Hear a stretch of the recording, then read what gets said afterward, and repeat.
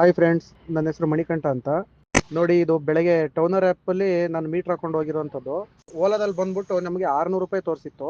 ಇದರಲ್ಲಿ ಬಂದ್ಬಿಟ್ಟು ನನಗೆ 1052 rupees without toll. Without toll ಅಂದರೆ ಟೋಲ್ ಕಸ್ಟಮರ್ ಪೇ ಮಾಡಿದ್ರು. ಹಾಗಾಗಿ ನಾನು ಬಿಲ್ಲಲ್ಲಿ ಆ್ಯಡ್ ಮಾಡಿಲ್ಲ. ಈ ಬಿಲ್ಲಲ್ಲಿ ಮತ್ತೆ ರಿಟರ್ನ್ ಅವ್ರನ್ನೇ ಕರ್ಕೊಬಂದು ಆ ಬಿಲ್ಲಲ್ಲಿ ಆ್ಯಡ್ ಮಾಡಿದ್ದೀನಿ. ಬಟ್ ಬೆಳಗ್ಗೆ ಹೋಗಿರೋ ಟೋಲಲ್ಲಿ ಕಸ್ಟಮರೇ ನನಗೆ ಅಮೌಂಟ್ ಕೊಟ್ಟಿರೋದ್ರಿಂದ ಟೋಲ್ದು ನಾನು ಇದರಲ್ಲಿ ಬಿಲ್ಲಲ್ಲಿ ಆ್ಯಡ್ ಮಾಡಿಲ್ಲ. ಎಷ್ಟು ಅನುಕೂಲ ಆಗಿದೆ ನೋಡಿ. 24 ರೂಪಾಯಿ ಪರ್ ಕಿಲೋಮೀಟರ್ಗೆ ನಾನು 1000 ರೂಪಾಯಿ ದುಡಿಯೋಕ್ಕೆ ಅರ್ಧ ದಿನ ಕಳಿಬೇಕು.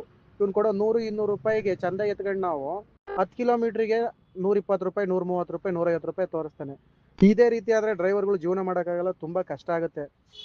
ನೋಡಿ, ಎಲ್ಲರೂ ಟೌನರ್ ಆ್ಯಪ್ ಯೂಸ್ ಮಾಡಿ, ನಿಮಗೆಲ್ಲ ತುಂಬ ಅನುಕೂಲ ಇದೆ.